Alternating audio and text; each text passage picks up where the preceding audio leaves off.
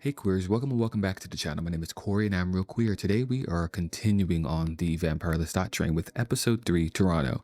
Now, last time, the only thing that I really want to mention from last episode is the revelation from the Talamasca that Bruce has a coven in Detroit or Toledo, one of the places. I forgot which one it was, but Lord, Louis about to go see about these vampires. And one thing that I'm like thinking about is like, is Delaney Hayes gonna be in this episode as Claudia, like in a flashback, or like I just am not. I don't want to see any sexual assault or abuse happen to Claudia. I don't want that to happen. And like the fact that, first of all, if Claudia is in this episode, like I'm afraid of experiencing her trauma for a heavy episode. But I know the show will do a really good job at it. It's gonna be heavy, so I think I'm prepared. I might hop up to go get my water because I don't seem to have it near me. I mean, no shade, y'all. I don't want to waste y'all time with preamble. I just want to get into this episode because I'm sure I'm gonna have a lot to talk about at the end. So let me just go quickly get some water and then I'm gonna start episode 3. 1 second. Okay, so I have my water now. Oh, also a couple things. One, I'm filming in the daytime. I usually film in the daytime and I usually have these blackout curtains drawn, so it's like whatever, but I don't want to deal with all that today. So as I was getting my water, I remembered that I picked up a sleeve of, I got cream savers from the Dollar Tree. I used to love these growing up. So I'm gonna suck on one. I'll do it covertly because there's nothing worse than I hate than hearing people eat. So I'll try to make it not gross. Who y'all? If y'all can tell, I am procrastinating because I am very wary of the potential trauma that we will be experiencing. But anyway, here's how the cream saver looks. Can y'all see that? Yeah, it's cute. All right, episode 3, Toronto. Let's watch. You are listening to The Failures, album 22, side A. Can I offer my assistance? Oh, mercy. Aren't you the angel? My pleasure. I know these moments last a lifetime. Oh, girl. The rule of thirds, the golden mean. And thus, amenities from the Radisson Blue honeymoon package went unused. I hate him.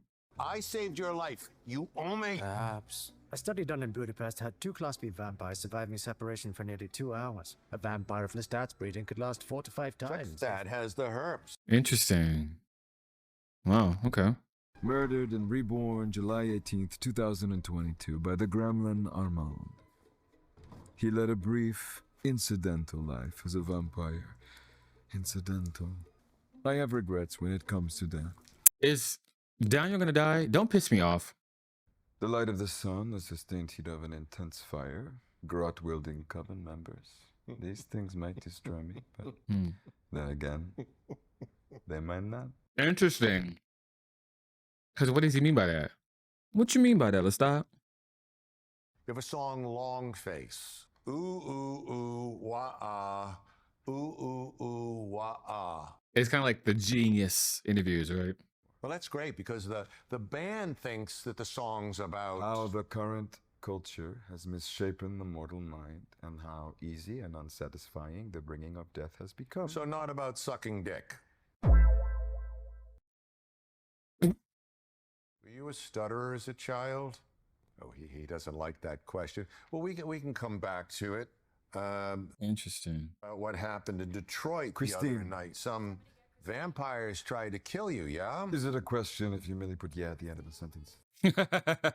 Your vampire wishful... I don't do promises. I've had 40 shows in 43 fucking nights. It is not about asses on seats or streams on Pandora.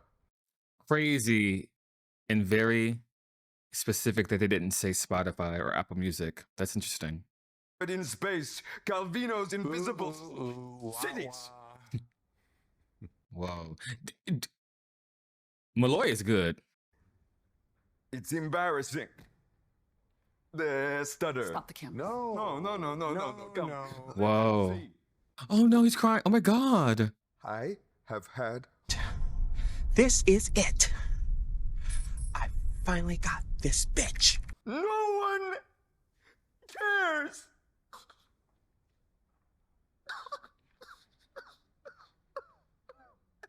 Diva. Diva. I'm the vampire Louis de Pointe-Lac. Undone by your relentless questionings, Mr. Malloy. Mm.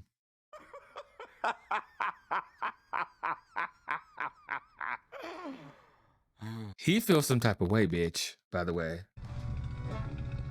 Okay, now we're on Louis. Okay, what's Louis doing? Oh boy. Y'all, I'm not ready for what the fuck is gonna happen. Like, I'm so scared. I'm so scared. Making a brief call to share an important message with you. You got the wrong ad. Well. Whoa. Oh. Work, Louis. What? I'm looking for Philip.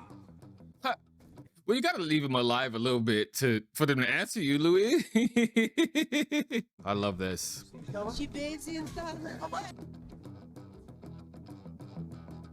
Love Louis. Out the door. Through the fields. Give me a whole series of Louis chasing down people. It's like being strapped down in a dentist chair, opening your mouth wide only to have the dentist say, "I'm not a dentist," as he lubes up a thick rubber glove. So you be gentle. I think he's just bored by you. Try asking him about the great conversion. Uh-oh. I heard music. Yes. Okay, great. You made it to Paris. This is what I tune in for. Nicolas de l'Enfant. My first love. Nicolas de l'Enfant. What are you doing in Paris? Cute. It's my father's teaching. He gave it to me before I left. You play beautifully. I play like a tailor's son. Did he say anything else? Tell him I love him. And that I'm proud of him. He's like, you lying. What did he really say? He said help him to be a man. Are you gonna teach me to be a man? Oh. You what? It goes where you think it goes. All the old tropes and trapes of tortured and forbidden love, blah, blah, blah, bipolar boyfriend, blah, blah.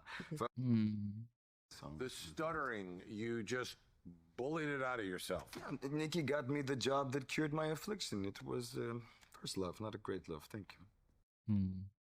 Only thing you carry with you to New Orleans is a music box reminder of a not great love. I carried the box because I destroyed him, Dan.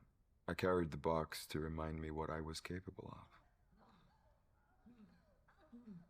It's too much going on for me. It's too much going on. It's too much going on.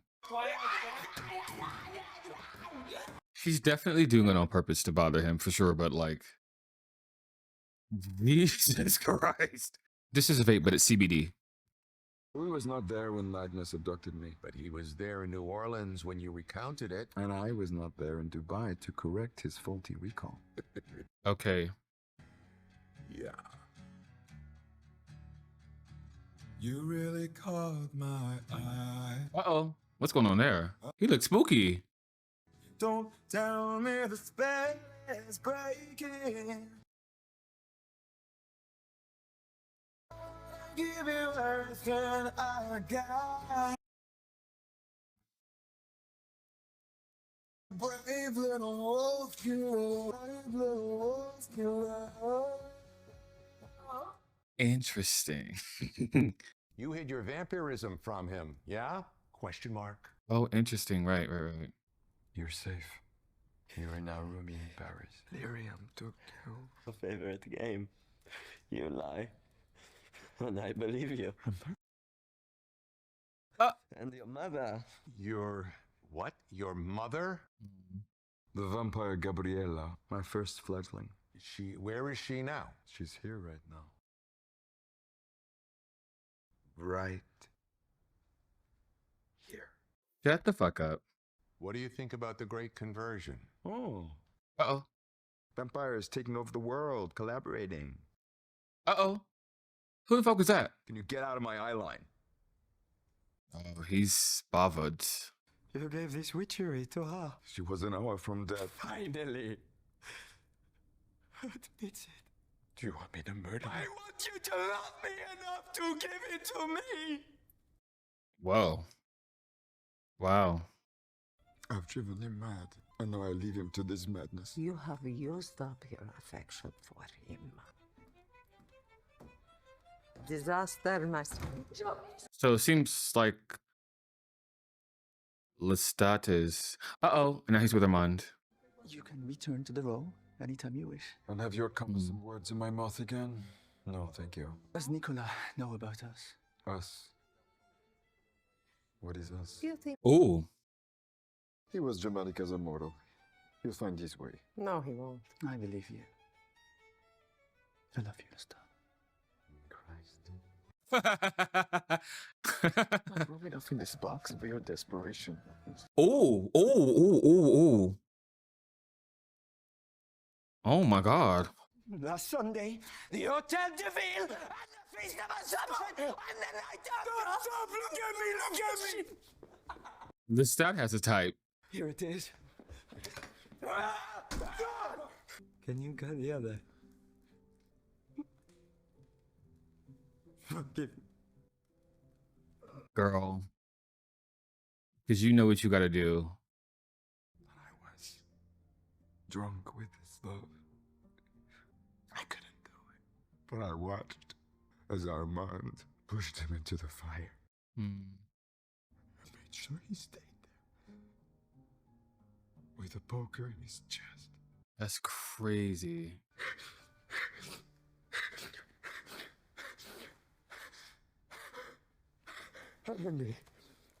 A real moment, finally. Unlike your last vampire, there are no delusions here. Never say I didn't give you anything. Keys. Yeah, he real bothered. What the hell? Go back a few more minutes. What? He just sat there like a fucking blow-up doll and no one said anything? Oh, It was interesting. frickin' Weirdsville. You just sat there for like half an hour, eh? Oh, interesting. A mean-spirited telepathic prank. Wow. But what can I say? Serving cunt has its consequences. You were listening to The Failures, album Oh, 28. oh. What was that? Okay, James. We're home. Lestat and Louis are both divas, by the way. They're so dramatic and like, you know, they love making a scene. I love that we're getting Louis throughout. I really appreciate that. Congrats on the happy day. I couldn't make it to the ceremony. I hope you don't mind me inviting myself to the honeymoon. Where's the food? I'll call him an Uber. Like what you thought she was doing. I love the effect of them lifting people up really easily. Oh, he has a pages. You and I have a friend in common. Uh-oh, the ripped out pages from Claudia's diary. Cold tea, they call it here, I hear. Whoa. What the fuck? Wait. Not exactly forthcoming, the vampire journalist. Left out a few prickly details. Uh-oh. Unexpected salvation. Shouts of joy and victory resound from the tents of the right. The trauma. Tipped over the collywobble shelf and took the cloth off the long table. Entertains a lot of little French folks with their death. Oh, well. But even still, all the bad things happen that bad men do. I hope one day he feels this. Small and cornered and crushed like a can.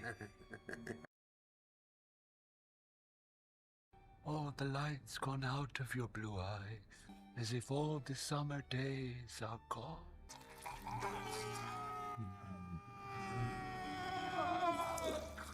Oh, he didn't want the gift. And he did win. 'Cause I want nothing. To be nothing. and say nothing. Jesus. I thought I was the thing lurking in the shadows. I thought I was.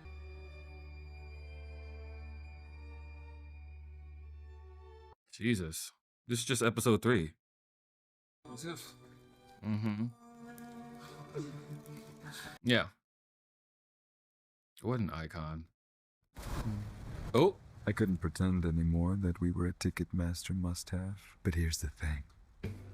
I love the music. Hmm.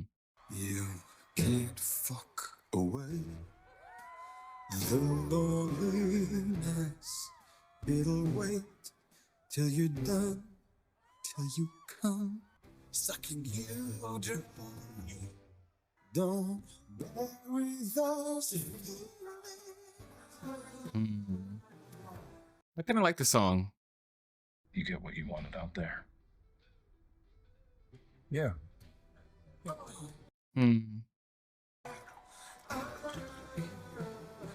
Hi. You okay? Or can I get you anything else? I'm good, thank you, Regina.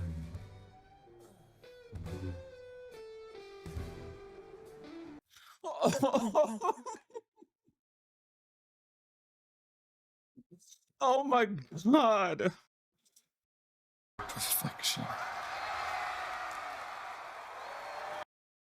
That got me. That got me. They're blowing up. You're gonna hear about them soon. Why are you snitching? You're gonna die, bro. I just want to drink. I feel sorry for myself. Yeah, thank you for giving me another way through. Who else wants to share tonight? I'll share. Hello? Don't piss me off. My name is Arun, Don't piss me off. and I am an addict. That was episode 3, Toronto. I got really, that got me good at the end there. Because the transitional trauma that Lestat is constantly talking about, that Daniel has, they all have it. They all have it. I think something that intense as you're transitioning to a vampire and then living decades and centuries with what's unresolved in your human life, like it doesn't just go away. It can show up. It can show up in many different possible ways, and it's showing up for these divas constantly.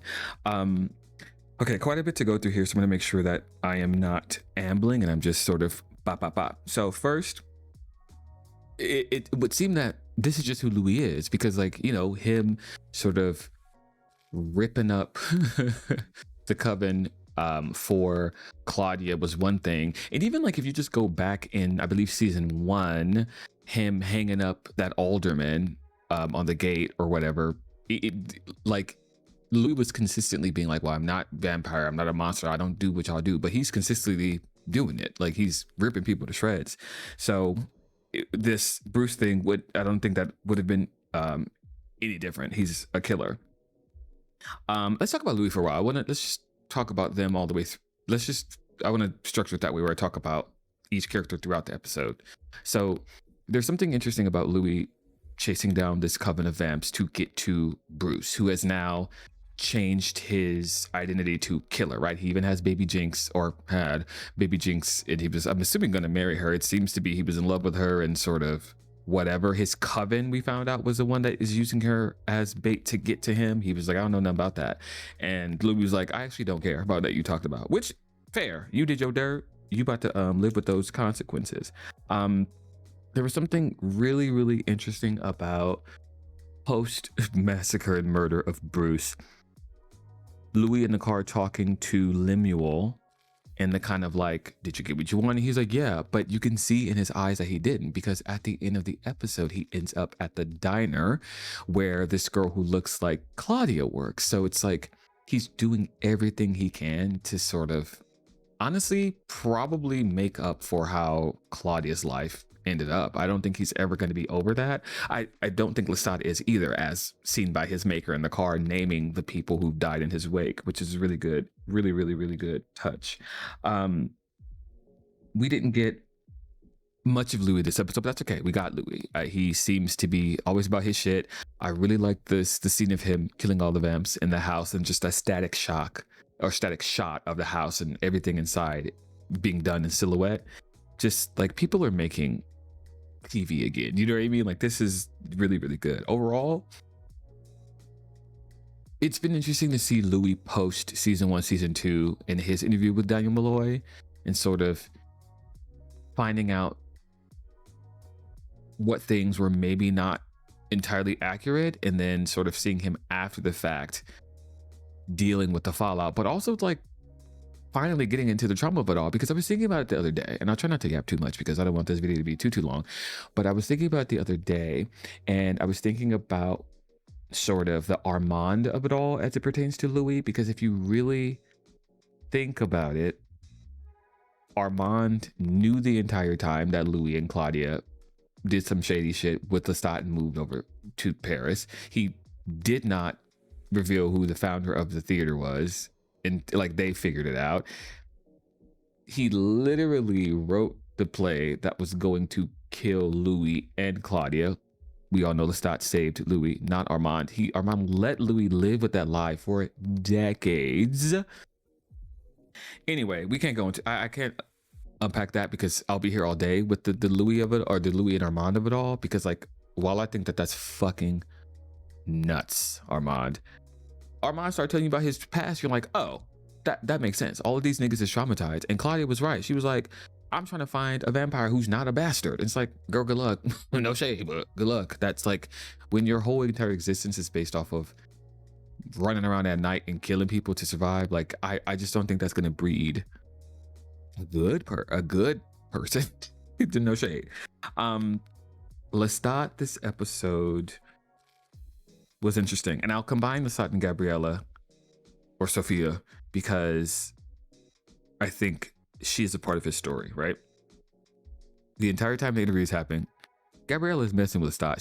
She's like not taking it seriously. She's having sex with his double. She's just being confusingly, like, because I don't know what it is. Maybe y'all can help me in the comments because I didn't really understand why she was being a fucking menace. I really feel like she's planning something around the Great Conversion. I know that. That's something that I believe for sure, right? Like that's her whole vibe, because she's even getting Daniel to ask him about it. So she got something to do with that, because I think that's why she is around now, especially when post book the vampires are like, let's ramp it up, which I think is interesting. You know what's so funny? What's funny about the Great Conversion, really quickly, we've not heard too much about it, but I, interestingly enough, find that it actually lines up with the concept of sort of being ultra conservative, like MAGA a little bit. Because if you honestly, because thinking about it, it's like with the vocal few, or the vocal minority, right? Like the very few of people running around with this identity, vampires, they're trying to get more people on their side and take over, right? Snatching people up, convince people, trapping people. I think I'm directly relating it to that, especially since it's sort of set now in the contemporary time, and it's sort of a lot of the ideals from the book, from what my friend says, because she's reading it. She was saying it's in the 80s, so it's a commentary on the time then. So it's just obviously modernized to the 2020s, which I think is everything, and they've been doing a really good job. Seeing that Paris scene in the Théâtre des Vampires in the theater box with Armand and Lestat, but now with Gabriella, sort of seeing what actually happened, is very, very interesting. Because like the question I have is like, did Louis know about Gabriella and just kept it out the book, or like, how, you know what I mean? Like, what's tea? How much does he know about her? I think Gabriella asked Lestat last episode, and he told her, I just told him you died of consumption, right? But it's like, okay, so then did Lestat ever tell Louis, and did Louis know? Like, that's what I'm assuming that'll be answered somewhere in the upcoming episodes. Sorry, I'm just going through my notebook and crossing off the notes after I sort of go over them, because I have quite a few.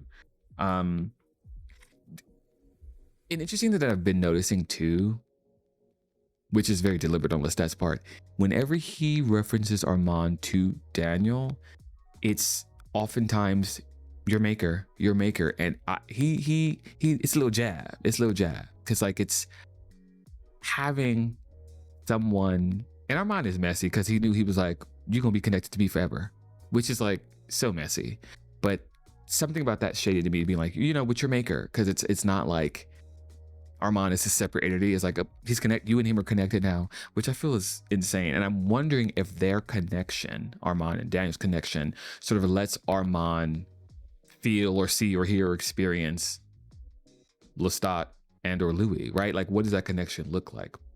That's what I was thinking about the other day.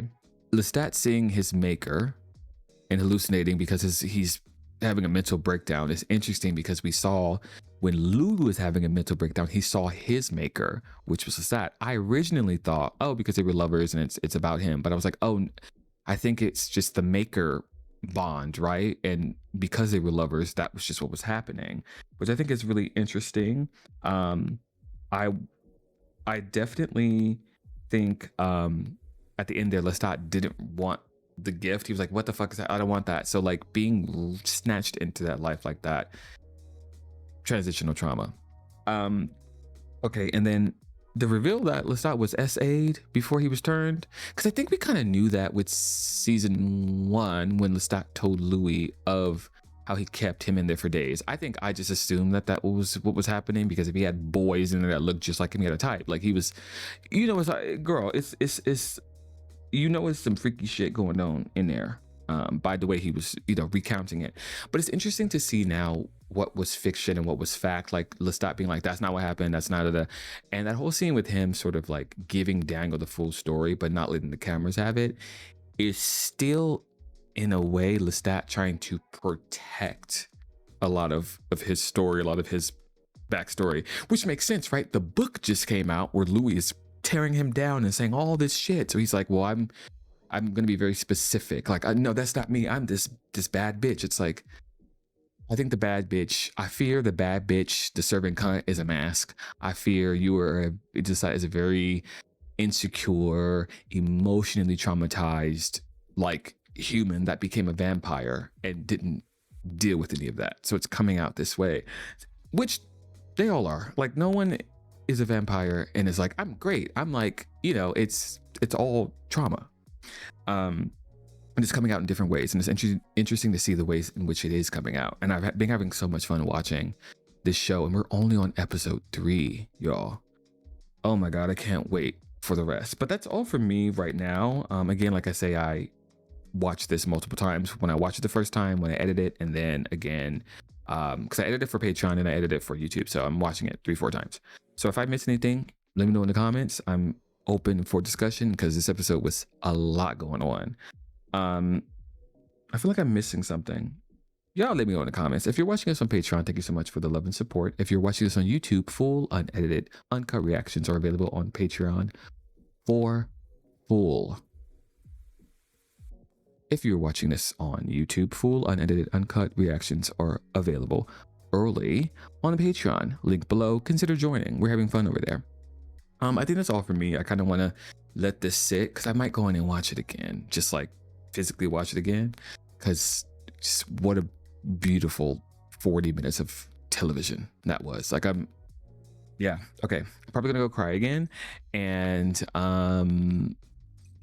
yeah, I pleasantly surprised, emotionally affected by the show, which doesn't happen much. I don't cry on this channel when I'm watching stuff, but yeah, which is also why I don't want to watch Moonlight, because what, you guys are gonna just watch me sobbing for 2 hours?